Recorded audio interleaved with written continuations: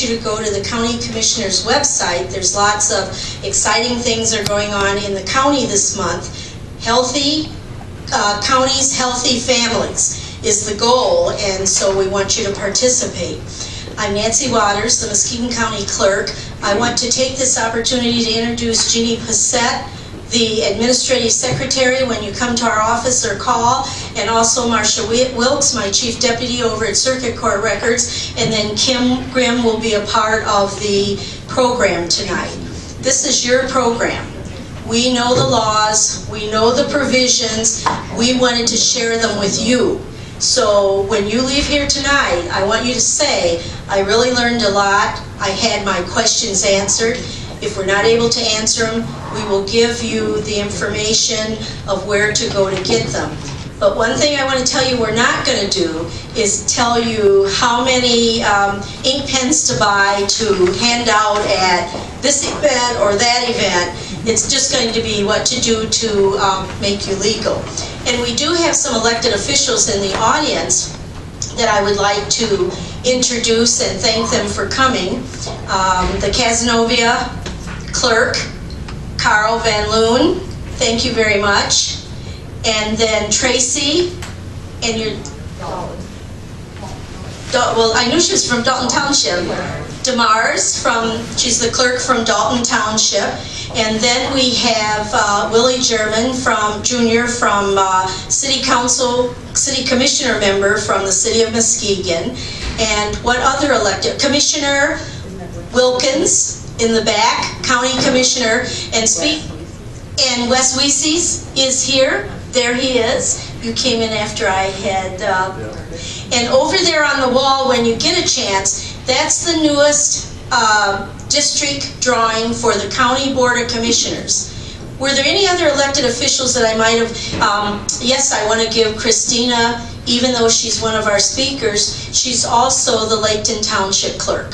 So they're even here tonight. And well, Ann Oaks is going to be our speaker, and I'm going to, when we come to her, but Ann Oaks also. So I just want you to know that we're pleased. We hope that when you leave, you'll be excited.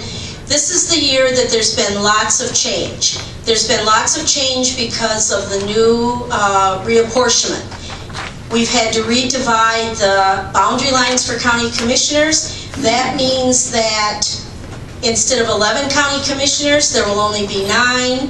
It means that there will be major changes for the next 10 years, because if you were up in the northern area, that probably was District 1. Now it's District 9. So don't assume that your county commission districts for starting January of 2013, but for those that are running, will be the same. Same thing when we get into precinct delegates, because I know in the city of Muskegon Heights, they had a reduction of residents here, and they went from 6 precincts to 4 precincts. So the gentleman who came in to run for precinct delegate filed for precinct 6. There is no precinct 6. It means if we had not caught it, he wouldn't be eligible to run, because the one thing you'll hear over and over is all your information has to be accurate, it has to be thorough, and that's why we've given you a good notebook with lots of information and good resource people here that are going to help you. So at this time, I do want to tell you that you are being taped and on TV.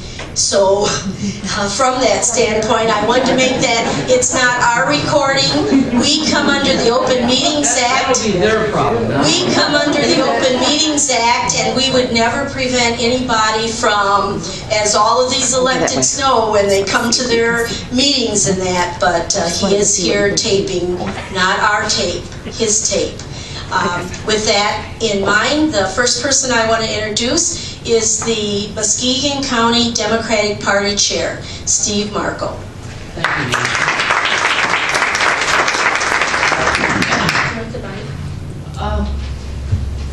Everybody says it. I first would just like to say I also wear another hat, and that is I'm on Whitehall School Board. That's okay, Nancy. So I have that hat. I also wear that I feel is extremely important in this day and age when all that's happening to public education. My background is in public education. I was a teacher at Whitehall Schools for 33 years, and I retired from there in 2003. Was elected to the board in 2007. So that's a little bit about me. What I would like to talk to you today about are precinct delegates. The first thing I'm going to talk to you about is how they are, or how those numbers are determined. Someplace in your flyer, and I'm not sure exactly where, there are the current numbers of precinct delegates that can be elected in each of the new precincts. It's in the flap of the back. Flap of the back. Go all the way to the back cover. Yes. And go past become a precinct delegate, and you see precinct delegate allocation 2012. It looks like All the way this. to the back. If you take a look at this, That's it. this sheet right here, it has the allocations that are going to be used for this 2012 election in August. You might take a look at, as the Democrat, you will notice that the numbers for the Democratic Party range from a low of 8 to a high of 15. And that dramatic range is what I would like to take the next few minutes to explain with this PowerPoint. So hang on here.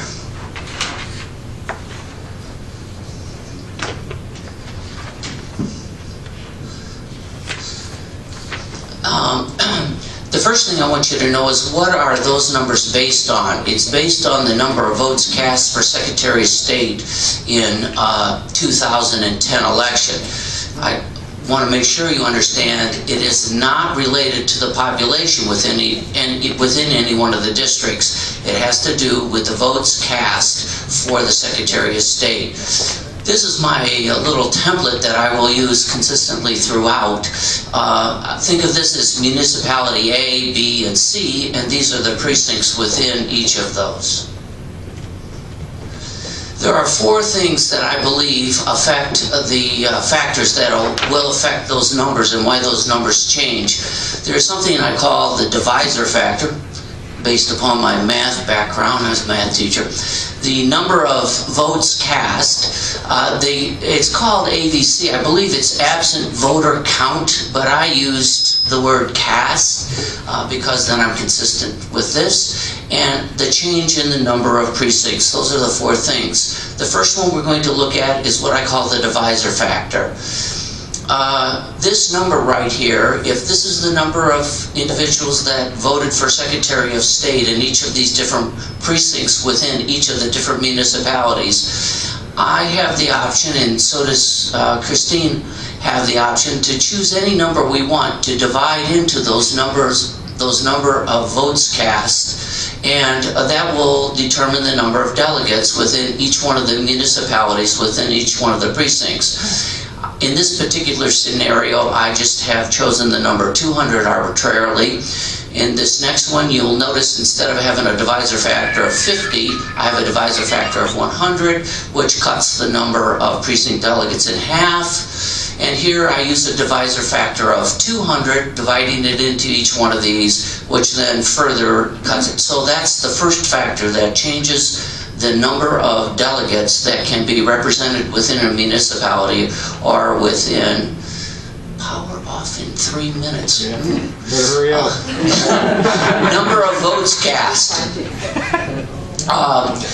Obviously, if these numbers here weren't all the same, if they're different, then when we go through our division, you can see we don't have nice even numbers here anymore. Once again, I did the example of dividing it by 200, so then that changes those numbers. But once again, you will notice that the number of delegates, the other thing you will notice that happens over here, when we take our 100 and divide it by the 2, we get 0.5. All numbers are always, when they're fractional, are rounded up, because you cannot have less than 1. So I chose to round them all up. The next is the number of absent votes cast. What happens in some municipalities, this one is the same, but what happens here with this one is some municipalities decide to take all their absent votes that are cast and put them together into a single grouping to be counted by themselves. And so let's say that this municipality B here did that, and there were 333 absent votes cast within municipality B. Since there are 3 precincts, I took the number of absent votes, divided it by the number of precincts, take that number 111, I added on to the number of votes that were actually cast on election day, divided by the 100 factor, and I get my number of precincts. And the same thing happens over here. I'm sorry, this thing's making noise. The same thing happens over here. Once again, fractionals get rounded up and the numbers get added on. This is the most difficult one, and that has to do with the change in the number of precincts, which is what Nancy referred to earlier. Not only does it change the area, it physically changes the area like Nancy referred to. So precinct 1 here is not precinct 1 over here. And so since we do not know how the votes were distributed from this vote in this election when it goes over here to this election, or for determining the number of precinct delegates, we just have to take those number. You need to make sure I don't get cut off here. Okay.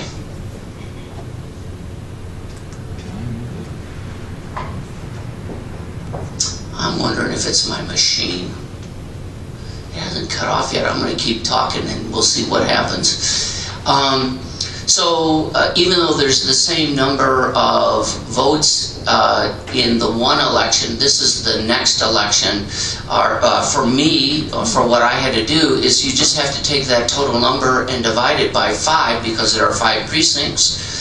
Give each precinct the same number divided by our divisor factor over here, and all the precincts here will end up having the same number. The same thing happens when we have a combination of a decrease in the number of votes and a re-changing of the districts. Same thing happened here. Since the votes went down from 2,800 down to 1,000, then I have to take and divide that out, and so the numbers here turn out to be really small.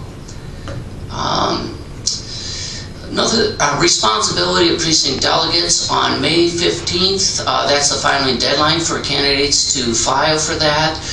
Precinct delegates are elected in the primary on August 7th. Within 30 days of the November 6th election, the Muskegon County Convention will be held. It'll be on Saturday, November 8th, 9 a.m. at the CIO Hall. Precinct delegates and Democratic elected officials and those people that were Democrats that were on the ballot, I just kind of lumped these all together. This is one of the main jobs of a precinct delegate, and that is to, at this meeting, on this date, at this time, they will elect what is called the executive committee. Within 30 days of that meeting, we will be holding another meeting of this November 8th meeting. We will be holding another meeting on December 6th, 9 o'clock, CIO Hall, where that executive committee then will elect the Muskegon County Democratic Party officers, chair, vice chair, second vice chair, treasurer, and secretary. That is the major event of a precinct delegate. Okay. Next, I want to get rid of this and look at this. This right here is very similar to the sheet that you have in your folder there that Nancy did a great job of printing up, by the way. The additional column that I have here is the number of precinct delegates that were in 2010, and you can see how this has changed. You can see where the Muskegon Heights here doesn't have these 3 anymore, and so those numbers change, the other thing that happened since they changed the number, then the number of delegates for each of those precincts turns out to be the same. There were 3 other municipalities that had that same thing. Norton Shores had that happen to them.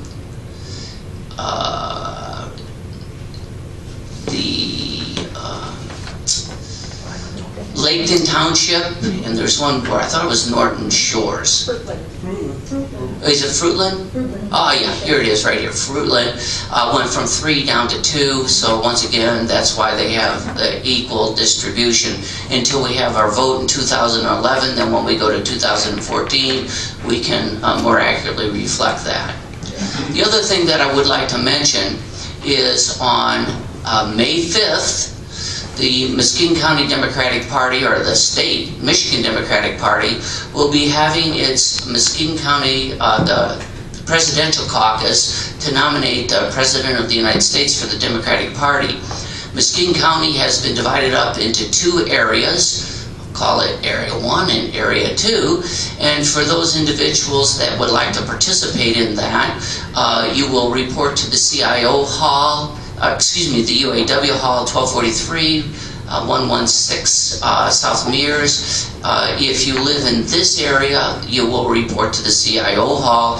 And this is on May 5th. Registration is from 9 until 11. The meeting will start at 10 o'clock. I do have a flyer here that explains that, and it one thing you should know is you do not have to be a Michigan Democratic Party in order to participate in that caucus. You do have to fill out a registration form. Membership is encouraged, but everybody is welcome as long as you're willing to declare you're a Democrat. So I have that flyer with that map on here. I didn't get that to Nancy before.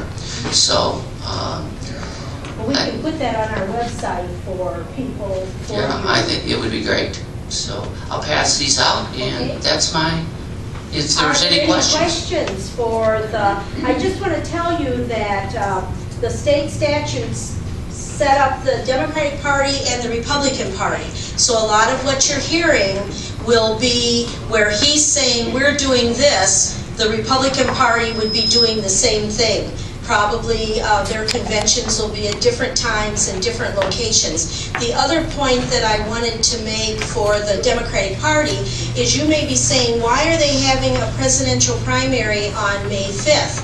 Well, back in February when they had the county-wide, statewide presidential primary, the Michigan Democratic Party had already set up their caucus for May 5th, and therefore most Democrats did not participate.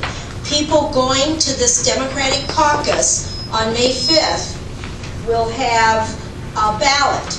The ballot will have 2 designations. The first designation will say President Barack Obama. The second designation will say uncommitted. And that means that if 15% of the people from Muskegon County, who's going to have 7 delegates going to the National Democratic Convention in September, if 15% of the people voting in these 2 areas say they want uncommitted, then that means that one of those 7 delegates elected would then cast an uncommitted vote or would not have to cast all 7 votes for President Obama.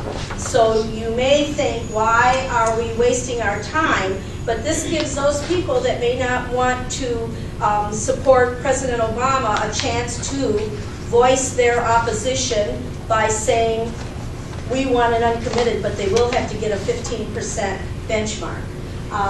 He also has indicated to you that there's no dues tied in, but you will be required to sign a statement about that you are a Democrat. Just as Republicans were concerned about Democrats coming in and crossing over in the presidential primary, I'm sure that the Democratic Party has the same concerns. So thank you very much for that information. I can't pass up the opportunity because you did open the door there. The other reason why we did not want to participate in the February 28th convention or primary was that primary cost the citizens of Michigan $10 million. And so we thought that it was more advantageous to spend that money other places. And so that's the other reason why we're having our own caucuses. Saves the state of Michigan, would have saved the state of Michigan $10 million.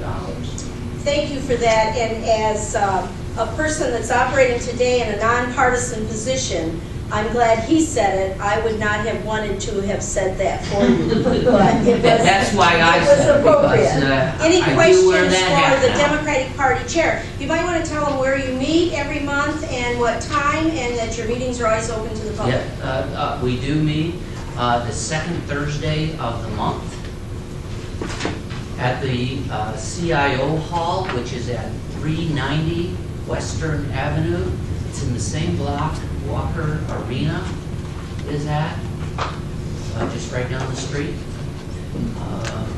I say we meet at that time. I will tell you what, I'm making two changes to that. One is going to be the May meeting. We're holding a caucus on May 5th, so I figured we might as well hold our party meeting at that same time. No sense in having a meeting a week apart. And the other one is the December 6th meeting, which is also going to be a convention. We might as well hold our party meeting then rather than on 5 days later. So, 7 o'clock.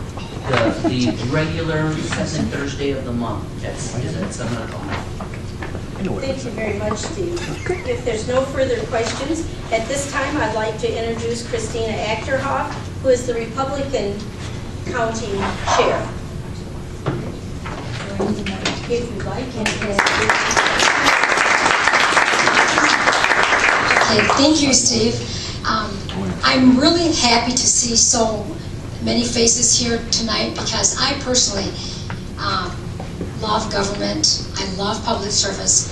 I'm maybe one of these geeky kids who always loved civics class. And so I am glad to see that you have chosen to come here tonight because you really want to serve. And to me personally, whatever party you're from, at the heart of it, I really personally don't care. I like people that have opinions, that care, that voice them, that want to get active in the community and make a positive change. And whatever party you choose to represent, or if there's nonpartisan positions, I think that's wonderful. And I'm happy to really see you here. And I want to touch on what the importance is with precinct delegates. Precinct delegates are really individuals who choose to be your own little representative in your community. It's like a little state rep in your own precinct. And what's important with that is if there's issues that are important to you, if there's candidates that are important to you, then you have the responsibility, or you want to go out and recruit your neighbors or your friends, and you want to tell them why they should vote for so-and-so or why they should vote for a certain issue. And when I was coming up with the numbers for precinct delegates, I got to tell you, sometimes you'll see, 15 openings in this community. You think, oh wow, all these people run. What I found is that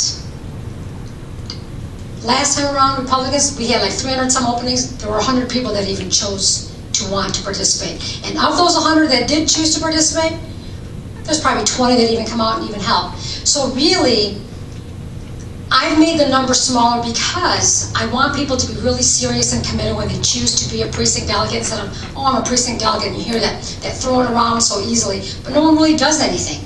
It's like a position without any depth or any substance, what I have found. So I'm hoping that individuals who choose to want to be a precinct delegate really do care, and they're doing it because they really want to get active in their local community and make a difference, because that's how we can bring change about and to persuade our ideas to other people and make a positive impact in our community, in our state. And so those are my thoughts on that. Our Republican Party meets every Monday.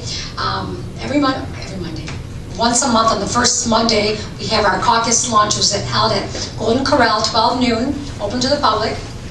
And then the second Monday of each month, we have our executive and county committee meetings, and those are held at 5:30 p.m. at Republican headquarters, starting on Henry Street, 2429, I believe, right there on the corner of, right across the street from Benton Honda, you know, in that little Plaza Village.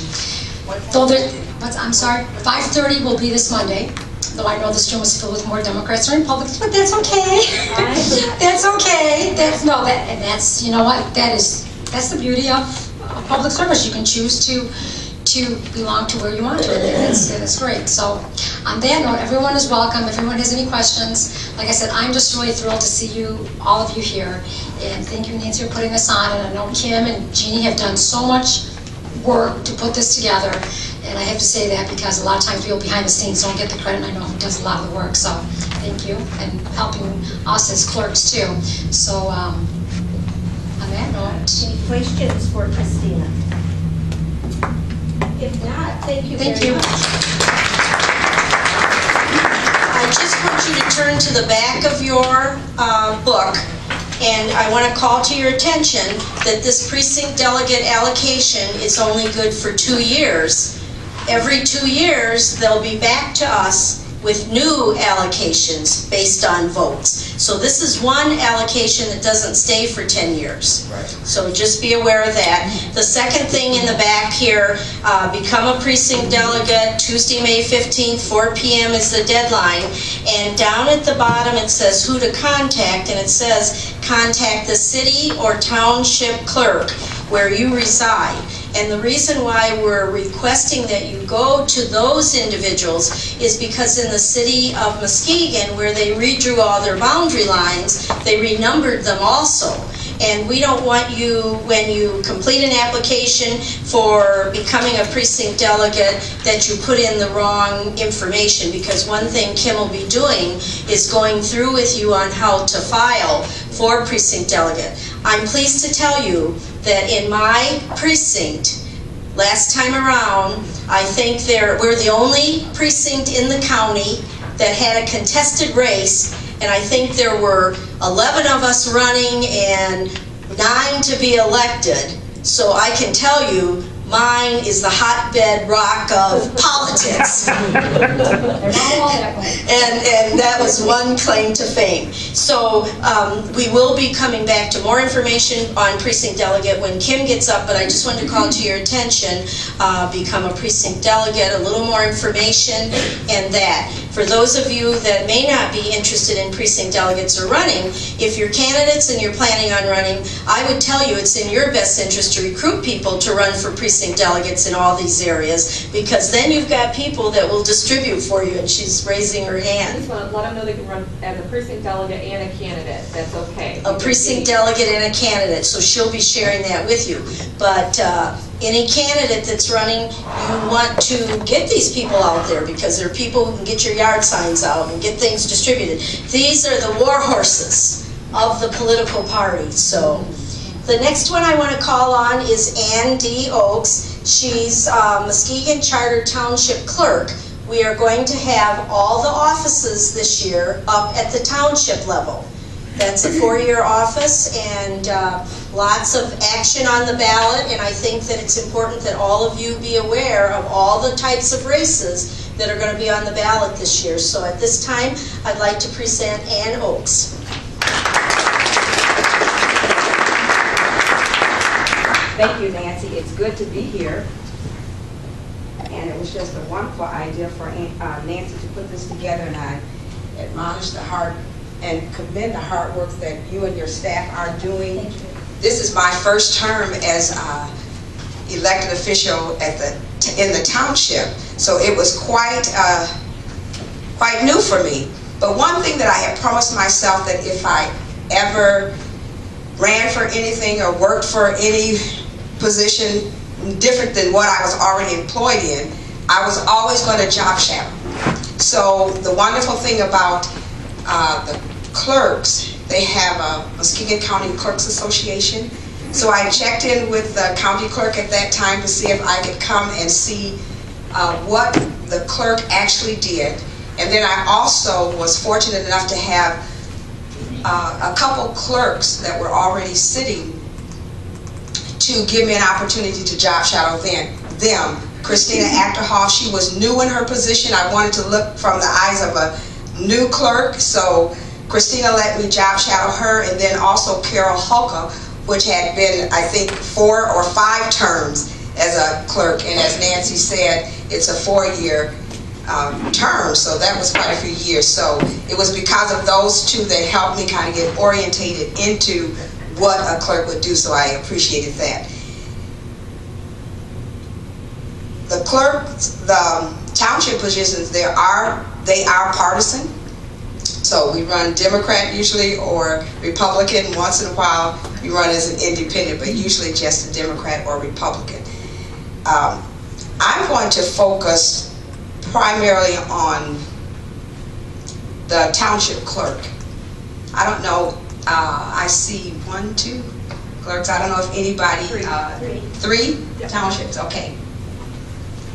If you're interested in that, but what I want to do is just give you some things that you may know someone that is interested, so I want to focus on that. You can easily go on the website, on the web, and Google Michigan Township Association, Michigan Townships Association, and you can find out the statutory duties of the township treasurer, the township supervisor, the township clerk, and being a charter township, we have 4 trustees, so you can easily go on the web and find the statutory duties. So that being said, all of us have statutory duties, and what I did for me, I just made a few.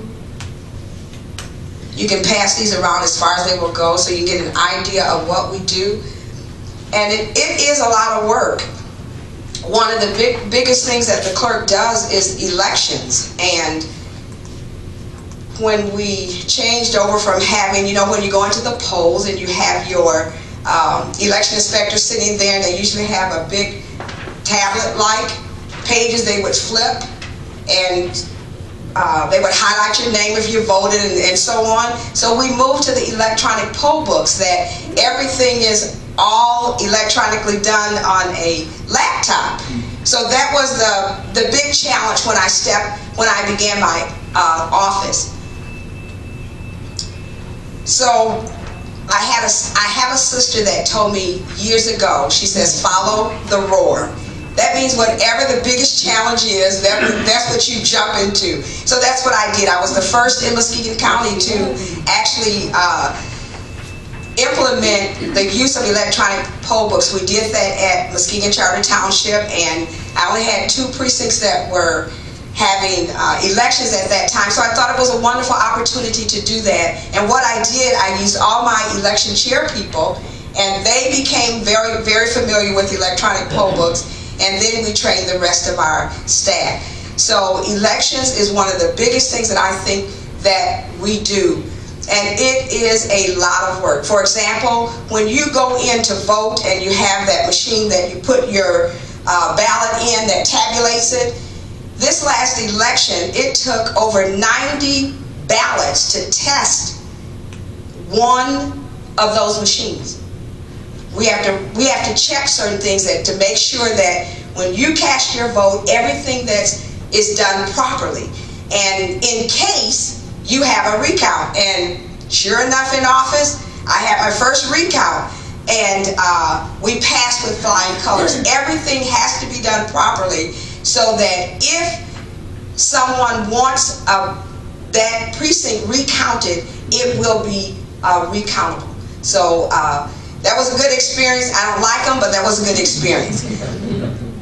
The handout that I gave you, the statutory duties of the clerk are there. Some of the other things that we, depending on the size of your township, your municipality, you have a lot more things to do and a lot of different things to do. I was not really interested in learning how to do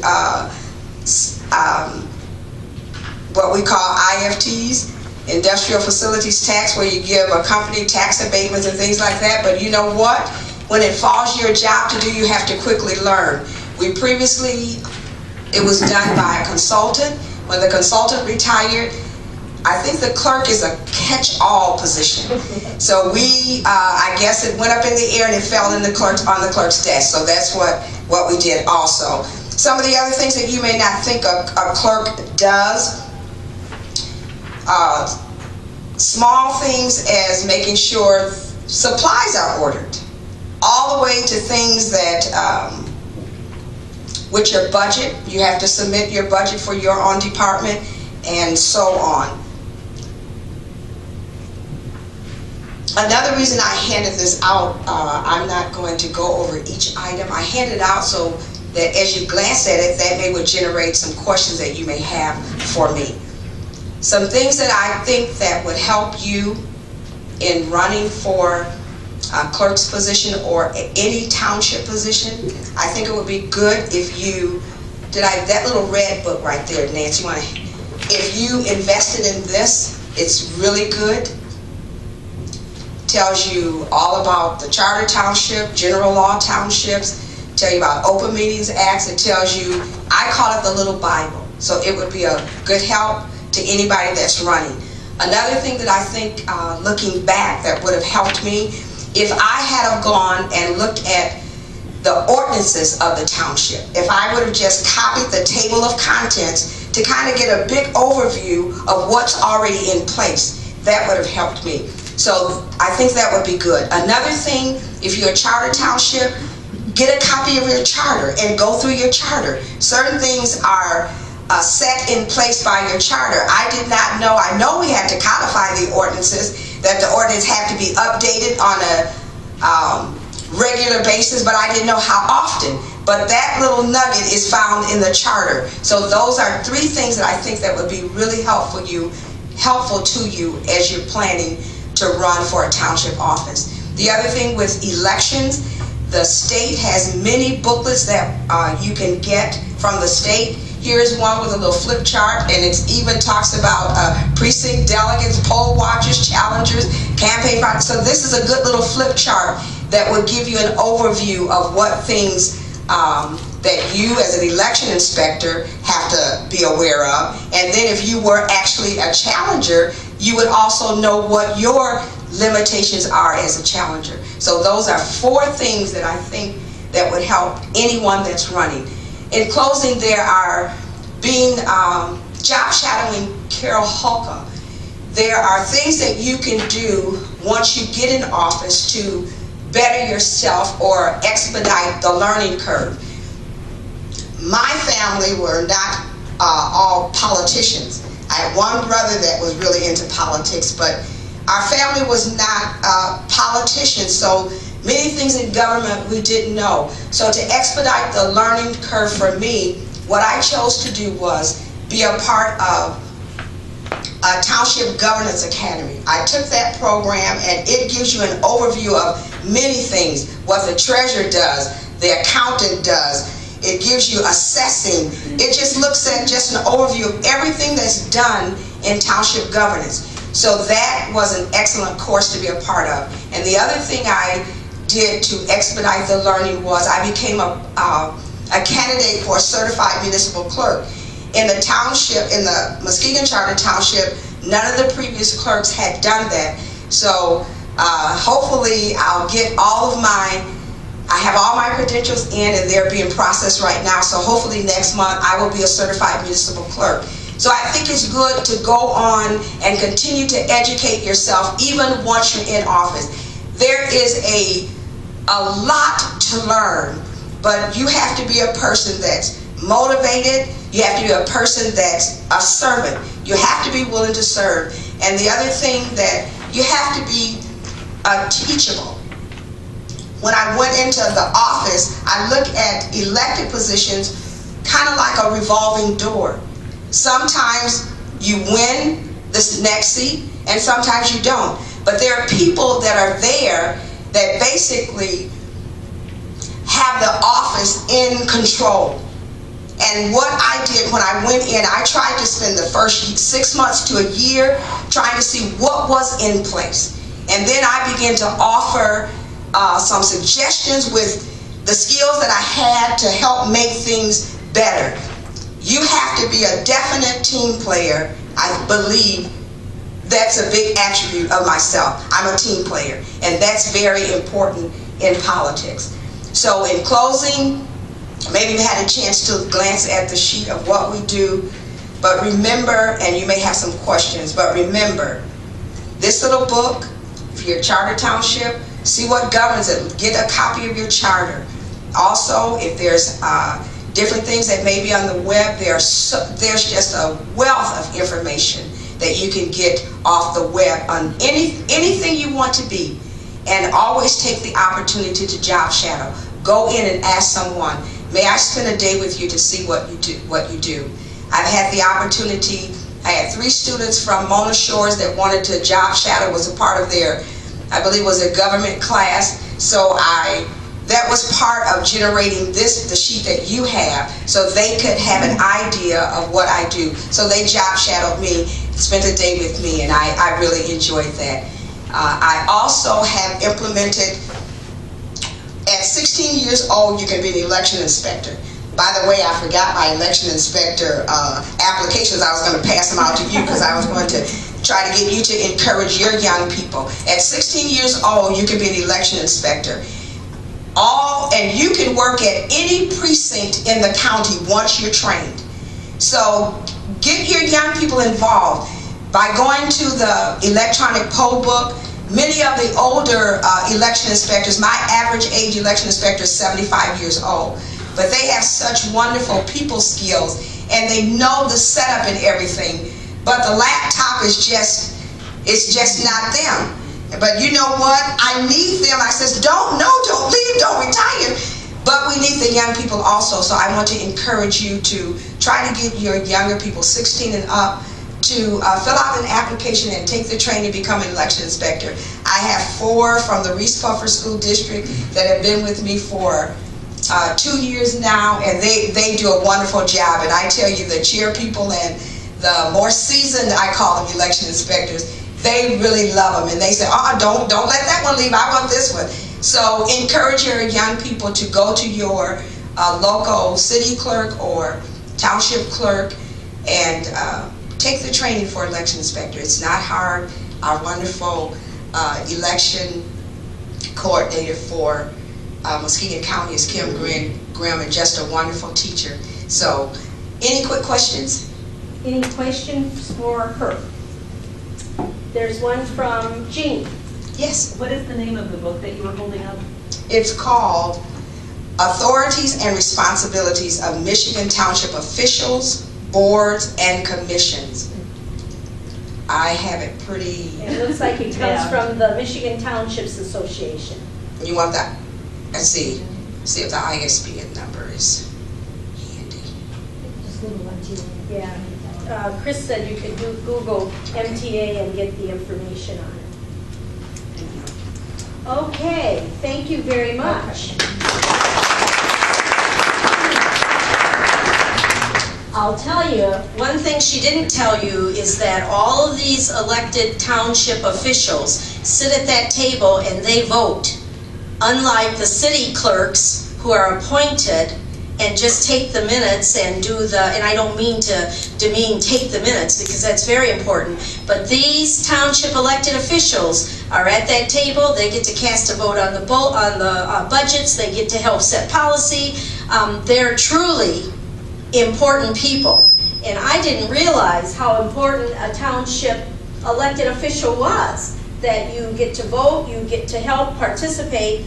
The other thing I wanted to say is they take office in November.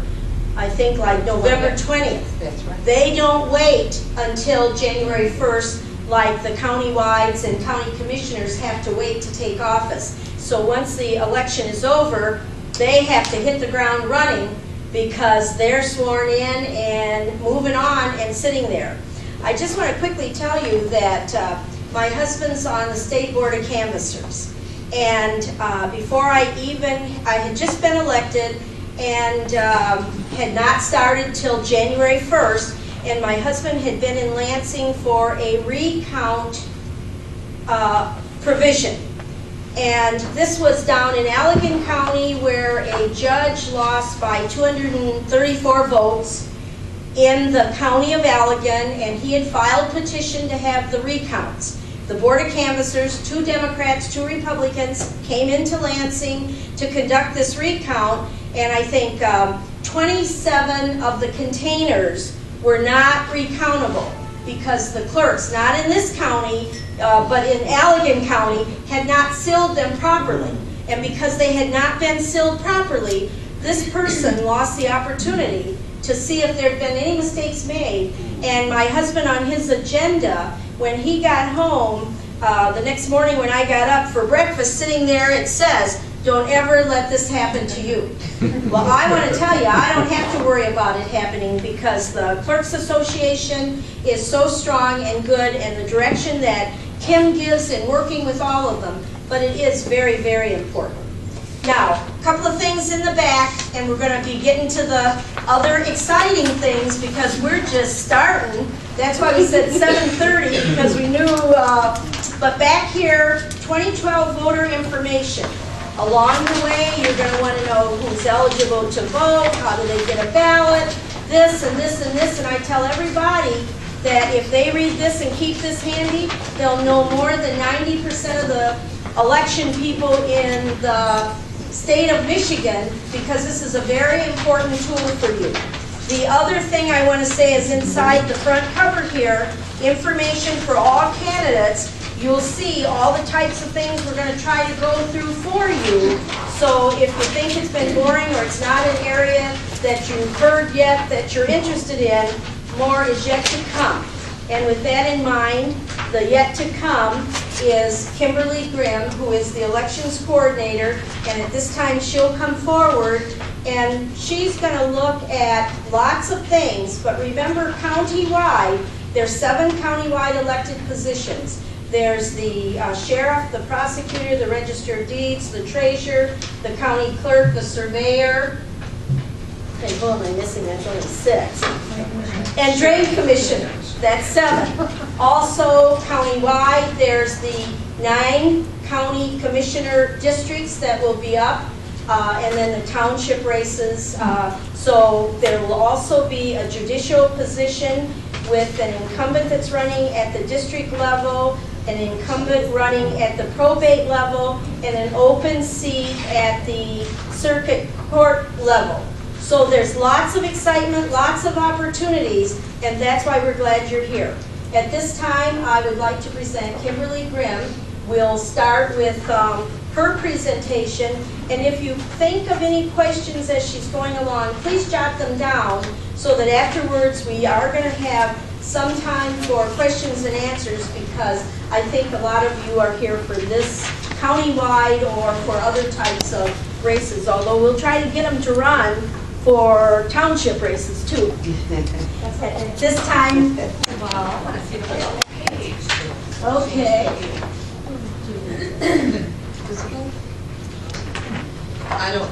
They're gonna go see if we can get the, well, you have the page in your front of your notebook here. Yeah, changing the formatting on, different computers. I did, set this up on this one, so forgive me for just a minute. But we're gonna just go through the things that are in your booklet, and it's the information for all candidates. This is kind of a table of contents and what's in that section of the book. The August and November election calendar, that's important for knowing, when filing deadlines are, when different reports are due for campaign finance. For the primary and the general election, there are pre-election reporting deadlines and post-election reporting deadlines. There's a date that you have to close your books for reporting, and then the date that the reports are due, both pre and post. So those are included in that calendar, and they're included in a couple other places on our website and in this presentation, and on the state's website. Can't get enough information. The next thing is well, let me just go to it. Okay. This is the calendar. You can see that there's the election dates, August 7th and November 6th, that are coming up. I promise I'm not going to read this to you. I won't go through the whole calendar. But there are the registration deadlines for registering to vote. Oftentimes, precinct delegates also act as voter registration advocates, and they try to get people registered. So they're in the far back part of your booklet, not in the cover, but the last thing on the rings is some information, frequently asked questions, and that mostly covers voter registration, absentee voting, can felons vote, who's eligible for absentee ballots, who's not, mail-in registrations and what that means, that they have to vote in person, that kind of thing. So those are the registration deadlines, and then there's all the filing deadlines for the different offices for partisan and nonpartisan judges, write-ins, school board, village. We're electing just about everything in November. Primary, of course, is in August, but all of the offices will be on the ballot in November. There's deadlines for ballot proposals. The clerks like to know what those are because they want to get their township issues on a primary or general election ballot, because then they don't have to pay as much for the election, because they have to buy the ballots and pay the inspectors. The next document there is Campaign Finance Act, regarding the Campaign Finance Act. And if you go onto our website, which I can't get to, I'm sorry, I can't get to it from this computer, but if you go onto our website and open this document, you can link to the blue things there where it tells you to look at this and look at that. If you're, well, you're not running for a federal office. If you're running for a state office, you file with the Bureau of Elections, and if you're running for a local office, you file with the county clerk. And if you're running for a township office, you file with the township clerk. If you're running for a village office, you file with the township clerk. All of our village elections are run by the townships. Okay, so the township clerk accepts the filings for village offices. And there are some village offices. All 4 of our villages are having elections this year, and all villages are now nonpartisan. Also in November, the state recently amended, well, there's a change in legislation forcing all school districts to even year November elections. So all of our school board members will be elected in the even year November as well. So it's going to be a hefty ballot in November, and I hope we don't go to 2 pages. The statement of organization is something that we're going to get to later, but every candidate has to have a statement of organization on file, and it's a statement of organization for their candidate committee. The only candidates that are exempt from that are precinct delegates. They don't have to file a statement of organization, and candidates for school board with a district population, pupil population of less than 2,400. So unless you're one of those 2 types, you have to have a statement of organization on file. And we'll talk about the deadlines of when you need to file it coming up. So this getting started as a candidate document that you can find on our website and link to these different things. These are things that the state put together that they think is important that you know. The candidate committee manual and the appendices. So much information in there. I can't go through it all. I can't tell you how important it is though that you do as a candidate. There's prohibited contributions, there's contribution limits you need to know about, and it depends on the size of the district that you're running in. There's the reporting waiver. That's one that's on the statement of organization too, and I'm going to come back to it because I can't say some of these things enough. The reporting waiver is what you check, box 10 on the statement of organization, if you don't expect your committee to exceed $1,000 threshold in contributions or expenditures, okay? And that's in an election cycle.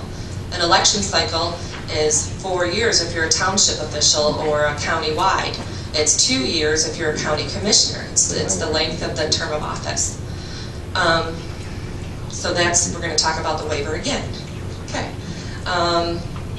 Know what the deadlines are, especially for campaign finance. Well, not especially for campaign finance. Know what the deadlines are, but in campaign finance, there are late filing fees. If you file reports late, if your statement of organization isn't filed in a timely manner, there are late filing fees. And we do impose those fees. Keep going. I have included some of the appendixes in this presentation that they include on here. Appendix J, which talks about disclaimers, identifiers on your printed material.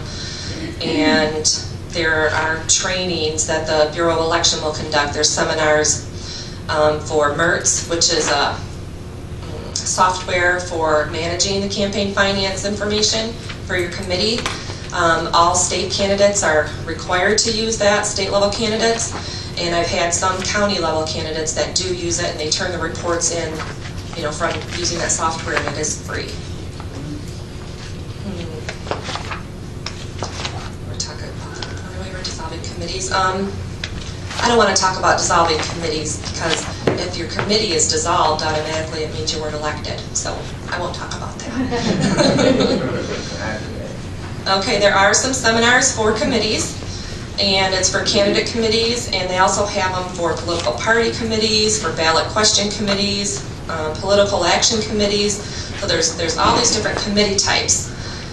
And they have kind of training sessions regarding the campaign finance information in Lansing on a number of occasions. And the second page has a lot more dates. They go all the way through October.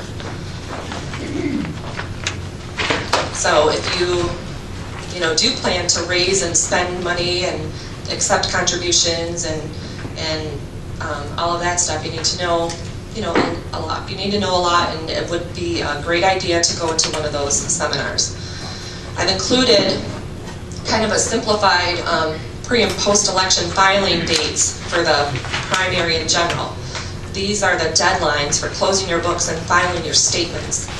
Now, if you have a reporting waiver, which means you don't plan to spend over $1,000 or receive over $1,000, then you don't have to file the reports if you have a waiver. But you do have to keep track of every penny that's contributed or expended on your campaign. Any expenditures, any contributions, they need to be you need to keep careful track of those. If you hit that $1,000 threshold, your waiver's void, and you are required to file the campaign finance reports. The late filing fee is $25 a day if these reports are late. So there's a longer version of this of these deadlines in your materials that talks about all types of different committees and their deadlines. This is just for candidate committees and for the primary in general. It tells you here where to find the filing materials, and I have that information again in another place on here, and I think it's next. Let's see. Yeah, campaign finance forms on the internet.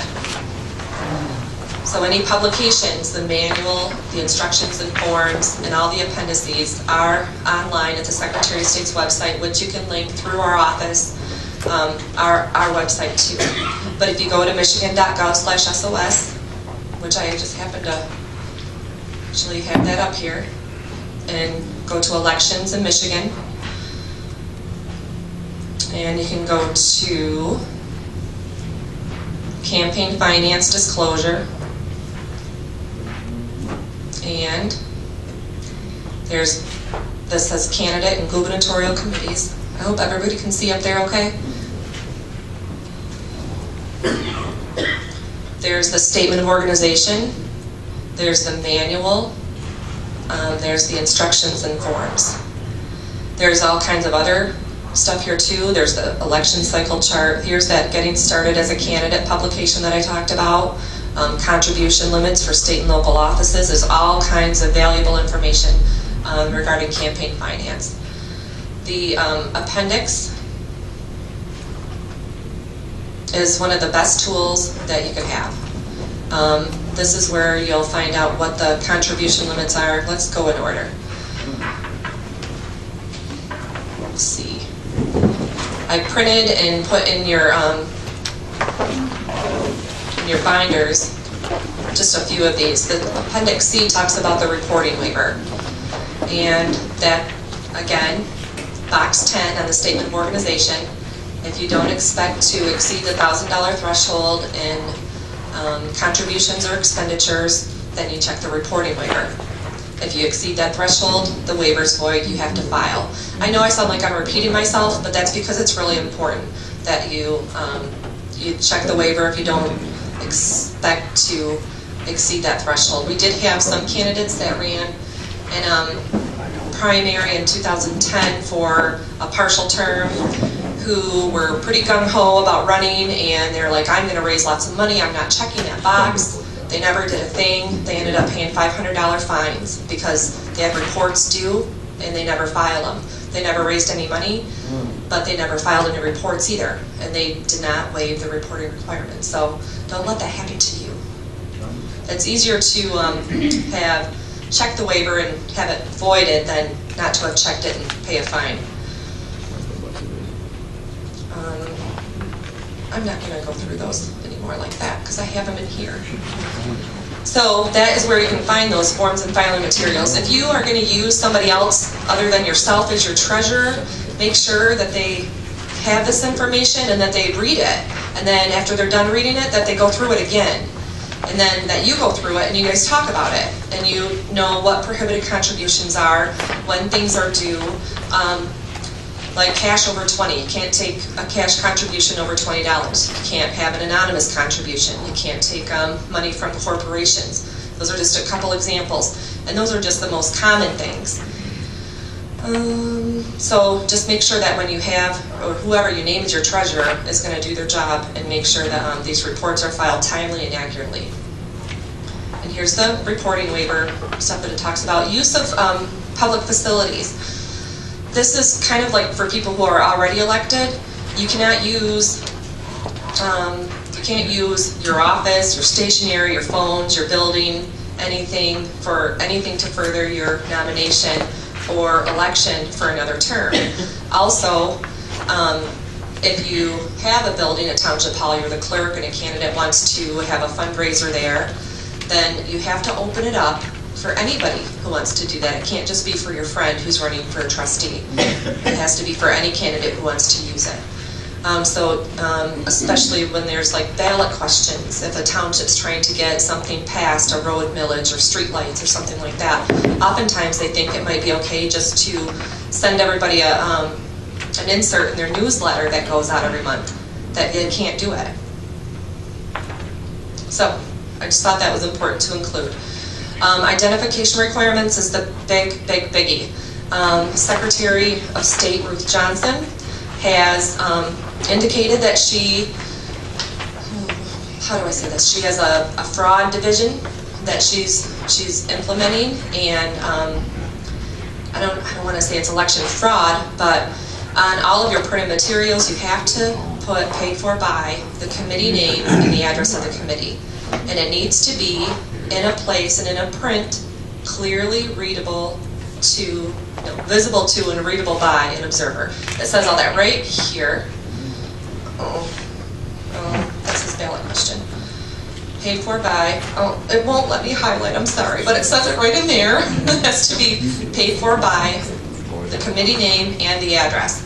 And it has to be visible to the reader. So no 10-point font down in the corner of a big yard sign.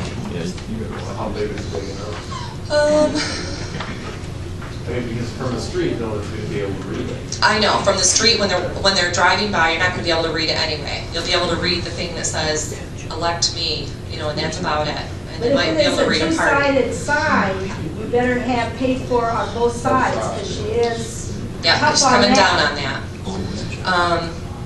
So just make sure it's on there. It doesn't have to be in, a 36-point font either. Not huge, but if somebody walks up to it, they should be able to see it standing there. That also talks about the requirements for broadcasts for radio. If you air a commercial or something like that, it has to have a disclaimer in there too. These items on the next page, these items are exempt from that disclaimer. So you don't have to put paid for by committee to elect on golf tees or on frisbees or sunglasses. So if you get something that you want to hand out, that says elect so-and-so, that disclaimer doesn't have to be on it if it's one of these things. There's rulers and paperweights, pencils, pendants, fortune cookies. Fortune cookies would be fun. Appendix O talks about prohibited contributions. See, we said anonymous. No anonymous contributions, no cash contributions over 20. Anything over $20 needs to be in the form of that says written instrument. I say check or money order. Okay. Candidate committee to candidate committee. You can't do that. One candidate committee to another. no contributions from your committee to theirs. Earmarking, foreign nationals, contributions in the name of another, prohibited. Oh, there's more, see more. And this information, this is for all level candidates, from state rep and Senate and county and township and village and school board and everybody. So this is why it's information for all candidates. Muskegon might not have really contended races for school board in some places, but there's places in the state that might. And they do raise money and spend it and get contributions from places, and they have to, they have to look at these reports and figure out if they did anything wrong. When it's filed with me, I have to go through it and be like, oh, did they take anything they weren't supposed to, or whatever, and then send you letters to return the money. I included this just because, when we have about 600 names on the ballot, only about 300 get elected. So the other people, if they have a reporting waiver on file, their committee's automatically dissolved. Now, if they don't have a reporting waiver, then they have to file a statement to dissolve their committee. That's not something we'll get into. That's something that happens. Then we'll deal with that when it comes up, because it's just a box you check on your final statement that you file. Oh, I'm kind of flying through this. Anybody have any questions? Yes. What about spending your own money? Is it? You can spend your own money. Up to the $1,000 waiver. Right, but any money that is spent on your campaign should not come from your personal account. It should go through another account. You have to set up another account, okay. For the committee. Okay. And you're going to want to designate whether it's a loan to the committee or whether you're financing. It's a contribution, right? You can't get your money back later on. So if you're financing it, it's your money. Or you just got to keep putting it in. Well, you can loan it, and if you raised money even after the election, you could pay back the loan. Okay. But is there a maximum on that? Is there a maximum on what? The amount that you could loan or give a question. committee? No, the contributions to one's own committee are unlimited, as well as immediate family is unlimited contributions. Yeah, but a loan is no contribution. But a loan isn't a contribution. It's a loan. Well, that's a very specific question that I don't have an answer to off the top of my head, but I can write it down and get back with you for sure. Is a loan? I think you can get a loan back. You can get loans back. If you loan your committee money, you can pay yourself back with other contributed funds. But can you do that unlimited, is the question. I would say it would be limited to how much you loan yourself. Well, you can't pay yourself back more than you loan yourself. Right. Okay. So but if there's a $500 individual contribution limit, can you loan yourself $1,000 and pay it back? It doesn't take the loan, by the way. Is it just only on There's your own book, boxes. or do you have to file? There's a box on the form when you fill out the itemized contribution forms with the campaign finance stuff. But if you don't have to file that, if you file a waiver, how do you keep track of what you loan your committee? On a spreadsheet, or just okay. keep track with however you decide you're doing that. Yeah. I think you can have like a petty cash account that you use, like where your expenditures, if you make expenditures that are just little stuff here and there, up to $50. That is that you don't have to put on your itemized expenditure report. It can be out of a petty cash account, $12 here, $6 there, and it's out of a petty cash thing. Every other expenditure is itemized. You don't turn in receipts